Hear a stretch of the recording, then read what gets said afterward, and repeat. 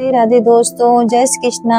बड़ों को चरण स्पर्श, छोटों को प्यार, बराबर वालों को तहे दिल से नमस्कार करती हूँ। आज मैं आपके लिए संकट चौथ की कहानी लेकर आई हूँ। आइए सुनाते हैं। एक बुढ़िया थी, उसका एक बेटा था। बुढ़िया बेटे के सुख के लिए 12 महीने की संकट चौथ का व्रत करती थी। बेटा जंगल से लकड़ी तोड़ कर लाता और बेचकर घर चलाया करता था।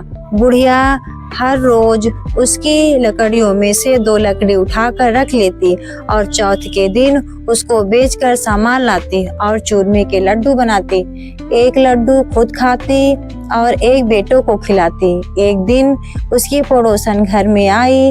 घर आकर उसके बेटे को बोली, तू तो कमा कमा कर थक गया, तेरी माँ पीछे से चूरमा बना कर खाती है। बेटा बोला, ऐसा नहीं हो सकता। पड़ोसन बोली, जाकर देख, आज भी चूरमा बनाया है। बेटा घर में गया, जाकर देखा कि माँ ने चूरमा बनाया है। तो बेटा बोला, मैं तो इतनी मेहनत करके लकड़ी लाता हूँ और तू चूरमे बना कर खाती है। मैं तो घर छोड़कर जा रहा हूँ, नहीं तो चौथ माता को छोड़ दे। माँ बोली, बेटा मैं तो तेरे सुख के लिए ही व्रत करती हूँ, चौथ माता नहीं छोड़ूंगी। इतना सुनकर बेटा घर से जाने लगा तो माँ बोली कि ये तिलकुट साथ में ले जा और जहाँ पर भी तुझे भीड़ पड़ेगी या संकट आएगा, वहीं पर तिलकुट डालकर बैठ जाना और कहना कि हे चौथ माता, जो मेरी माँ मेरे नाम के व्रत करती हो तो मुझे संकट से बचाओ। वह तिलकुट लेकर घर से निकल गया। थोड़ी दूर पर गया कि आगे नदी आ गई। वह तिलकुट बखेर कर बोला, हे चौथ माता, अगर मेरी माँ सच्चे व्रत हो तो मुझे रास्ता दे। इतना कहने के बाद उसे रास्ता मिल गया। थोड़ा आगे जाने के बाद उसे रास्ते में एक शेर मिला। वह शेर उसे खाने के लिए आया तो वह तिलकुट बखेर कर बोला, हे चौथ माता, अगर मेरी माँ मेरे नाम के व्रत करती है तो मुझे शेर से बचा ले। इतना सुनकर शेर भी पीछे हट गया। थोड़ा आगे गया तो उसे रास्ते में सांप मिला। वह उसे डसने के लिए आया तो वह तिलकुट बखेर कर बोला, हे चौथ माता, अगर मेरी माँ मेरे नाम का व्रत करती हो तो मुझे यहाँ से बचा ले, नहीं तो सांप को डसने दे। तभी यह सुनकर सांप पीछे हट गया। अब वह एक गांव में आ गया। वहां पर एक बुढ़िया रो रही थी और पूड़े बना रही थी। तो वह बोला, बुढ़िया माई, रो भी रही हो और पूड़े भी बना रही हो, क्या कारण है? बुढ़िया बोली, आज मेरे बेटे की बलि चढ़ेगी, इसलिए मैं रो रही हूँ और पूड़े बना रही हूँ कि वह पूड़े खाकर चला जाएगा। तो वह लड़का बोला, अगर मुझे पेट भर कर पूड़े खिलाएगी तो मैं तेरे बेटे के बदले में बलि चढ़ जाऊंगा। बुढ़िया बोली, बेटा पूड़े तो कितने भी खा ले, पर कौन किसके बदले जाता है? वह बोला, बुढ़िया माँ, मैं जरूर जाऊंगा। उसने पेट भर कर पूड़े खाए और सोते समय बुढ़िया को बोला कि जब राजा के घर से बुलावा आएगा तो मुझे उठा देना। जब रात को राजा के घर से बुलावा आया तो बुढ़िया ने उसे धीरे धीरे उठाया और वह उठकर बैठ गया और बोला, बुढ़िया माई, मैं तेरे बेटे की बलि की खातिर जा रहा हूँ।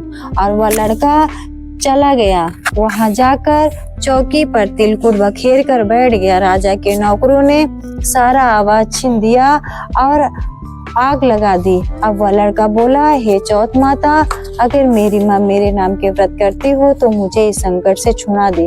इतने में आवा पकड़ कर तैयार हो गया। जो आवा 6 महीने में पकता था वह 3 दिनों में पक गया। सोने चांदी का कलश हो गया। तो राजा के नौकर राजा को जाकर बोले, आवा पककर तैयार हो गया। फिर राजा ने बोला कि बर्तन उतारो। अब अंदर से आवाज आई कि धीरे धीरे उतारो। राजा के सब नौकर डर गए। वे बोले, इसके अंदर कोई भूत बोल रहा है। अंदर से आवाज आई, कोई भूत प्रेत नहीं है, जिसको बिठाया था वही बोल रहा हूँ। तब सबने देखा, वह तो चौंक कर उड़ कर बैठा है। राजा को बुलाया। तब राजा ने पूछा कि तुम आगे में से जिंदा कैसे बच गए? तब वह बोला कि मेरी माँ चौथ माता का व्रत करती थी, सो मैं चौथ माता के प्रभाव से बच गया। उस राजा की एक लड़की थी। राजा बोला, मैं अपनी बेटी का विवाह तेरे साथ करूंगा। तो राजा ने अपनी बेटी का विवाह उसके साथ कर दिया और वहां पर रहने लगा। कुछ दिन के बाद राजा की लड़की ने उससे पूछा, तेरा घर बार भी क्या है, क्या नहीं है? तब वह बोला, मेरी माँ भी है और घर भी है। तब वह बोली, हम अपने देश में जाएंगे। अब राजा ने उसे बहुत सारा धन देकर विदा कर दिया। बुढ़िया लकड़ी चुन चुन कर लाती और उनको बेचकर रोटी खाती। एक दिन पड़ोसन बोली, देख तेरा बेटा और बहू आ गए हैं और बहुत सा धन भी लाए हैं। बुढ़िया बोली, पहले तो मेरे बेटे को सिखा बहवा कर निकाल दिया और अब कहती है तेरे बहू बेटा आ गए। इतने में देखा कि बहू बेटा माँ के पैरों में पड़ गए और बोले, हम चौथ माता के प्रभाव से आ गए हैं। सारी नगरी में ढिंढोरा पिटवा दिया कि बेटे की माँ संकट चौथ का व्रत करिए, 13 चौथ करियो, 13 नहीं तो 4, 4 नहीं तो 2, 2 तो सब कोई करियो। ये चौथ माता जैसा बुढ़िया माई के बेटे का दुख दूर किया वैसा सब किसी का करियो। आपको कहानी कैसी लगी कमेंट बॉक्स में जरूर बताइए ताकि नेक्स्ट वीडियो आपको ला सकूं। राधे राधे।